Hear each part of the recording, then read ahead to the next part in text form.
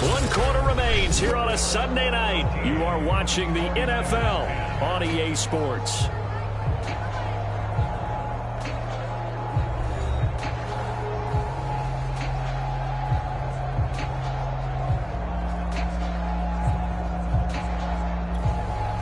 The last run got a couple. Here's 2nd and 8. They run again with Hines. And they work this near the 5. He'll be stopped at the 6. How about this offensive line? They're really starting to establish themselves, take over this game. And before the series began, I know exactly what was said in the defensive huddle. Guys, we got to get no less than a 3-and-out. Let's get off the field. Instead, they can't find any traction towards doing that. Right now, they're just getting muscled all over the field and getting pushed down it. So 1st and goal, 6 points here would go a long way toward wrapping this one up. They run with Hines. And he takes this one in for a Colts touchdown. Nyheim Hines, his 3rd touchdown now on the year. And the Colts go coast to coast and finish the drive off with 6 points. So it was the passing game that got him down here, but closer to the goal line, it's the running game that gets him home. It certainly appears that they lulled the defense into thinking that the passing game was going to be it the entire drive. Nice change up there going to the running game to get him over the goal line. Extra point by Blankenship is up and good, and his guys will take a 10-point lead. So that drive goes 8 plays. And it's capped off by a touchdown run of 6 yards. So after the touchdown, here's Blankenship kicking off. Here's Richie James on the return. And he's up past the 20 to the 22-yard line.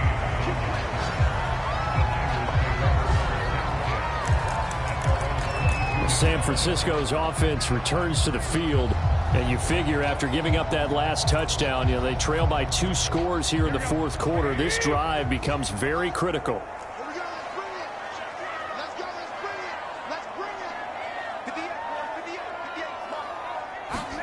Here's Garoppolo on 1st and 10.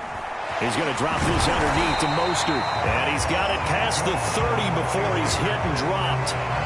This possession means so much for them. They've got to focus on this drive and find a way to make this a one-possession game. Yes. Got to get a score. Yeah, so good with a field goal. Don't necessarily need a touchdown. On 1st down, Garoppolo. He'll get this into the hands of Ayuk.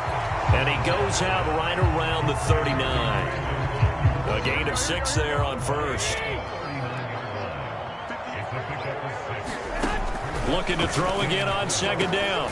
Garoppolo. That's complete to Mostert out of the backfield.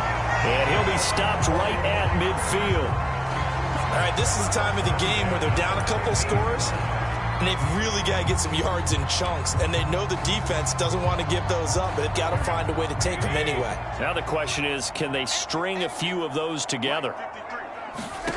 From midfield, here's Garoppolo. And this one caught along the sideline, but they say already out of bounds. And the throw didn't give him a chance to turn it upfield, and that brings up 2nd down. So after the incompletion on 1st, now 2nd and 10. Looking to throw, Garoppolo. And they will not get the connection there. It's incomplete. We've got to give out a little applause on that play. It has to go to the defense. More good work by them. They've taken away the passing lanes all game long, and you can see the frustration that it's causing because he just about threw that one. The Colts are going to get him. Down he goes. Call it a loss of 4 there on the sack. And speaking of the number 4, it brings up 4th down now. Okay, was it a breakdown in protection? Did the running back not pick him up? What does it really matter? Sometimes it's just a great play made by the defense. Big-time sack.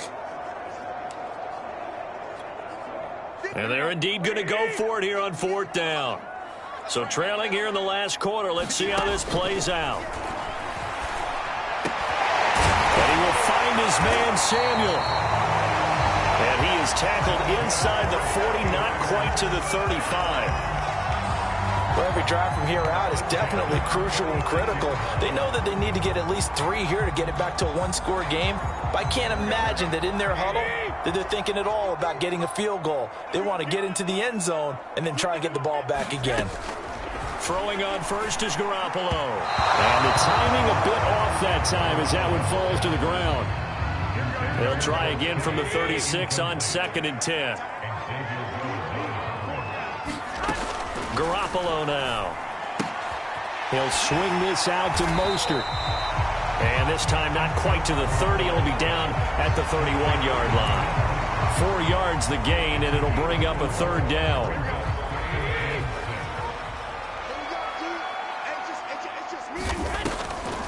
Draw play, Garoppolo gives to Mostert. And taking it to the 15-yard line before he's brought down. 43 yards on the ground for him now on 9 carries. Some big plays in the passing game on this drive, and here's one out of the running game. So the passing game loosening things up. Now there's room to roam. Line of scrimmage, the 15. It's 1st and 10.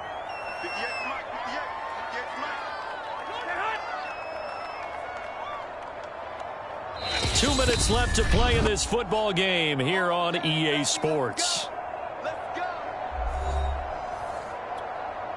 So it's 49er football here as we get you reset.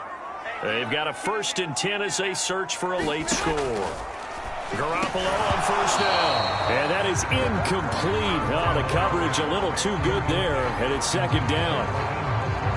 Whew, that's certainly not the worst thing. It stops the clock and lets your offense catch its breath and lets us exhale a little bit. Now I expect them to call a couple plays in the huddle so they're ready if a tackle happens inbounds.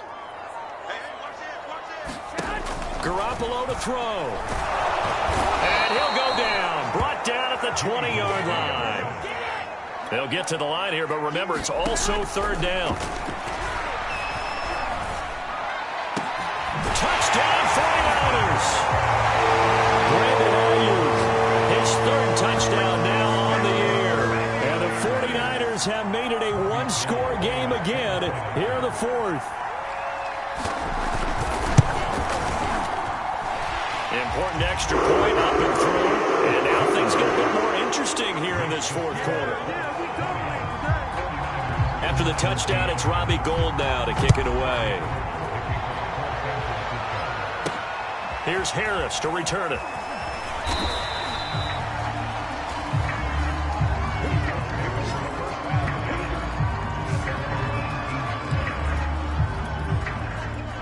The Colts come to the line ready to start their next drive. And this game not quite over yet. And we'll likely see them take all 3 timeouts defensively, so they can't just kneel this one out. They're going to have to try to run a few plays. You're exactly right. They've got to get a 1st down and make them use up all their timeouts in order to feel like they have this one in hand. And not totally home free yet, but it's looking good as they come up 1st and 10. Now Taylor. And he'll get this one up to about the 39 here. Now San Francisco going to call their 2nd timeout as they'll head to the sideline and talk over what to do next. So they come up on 2nd down. If they can get another run like we just saw, would likely put an end to this thing. They'll try and run some clock here as they keep it on the ground. And he'll be taken down at the 46-yard line. And now the Niners going to signal for their 3rd and final timeout. And they'll be disappointed to have to burn one there after giving up the 1st down. On the handoff, this is Taylor. And he is tackled inside the 40, not quite to the 35. But they picked up a little bit of yardage there, and now, in this situation, should be in no hurry to run a play really fast. Let the clock wind down. So from the 36 now, 1st and 10.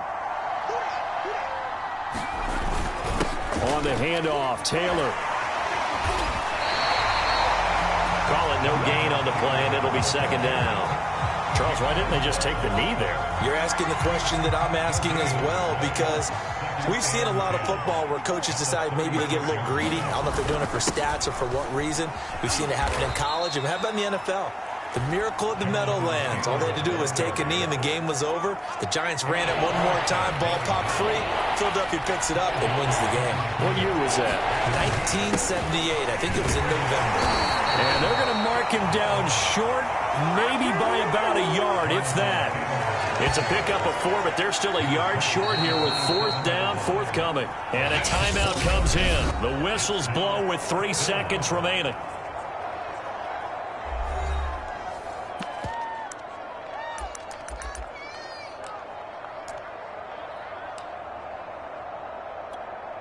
Rodrigo Blankenship with an important one. This from 44 yards out, left hash. And his kick is good. And that will add 3 more to their lead. It pushes it up to 6. So this one winds up an Indianapolis victory. And you look back over the score sheet, interesting. A very clean game, no turnovers by either side. An absolute rarity when we watch games now, because defenses have put such an emphasis on taking the ball away.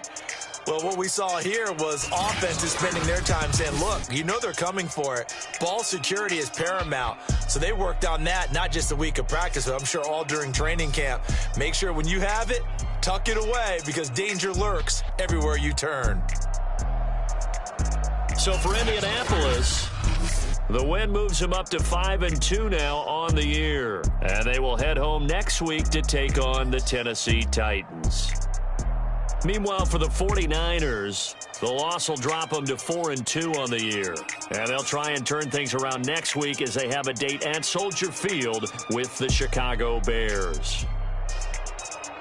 That'll do it for us. I'm Brandon Gaudin alongside Charles Davis. Thanks to our entire crew as well. We'll talk to you next time. So long, everybody.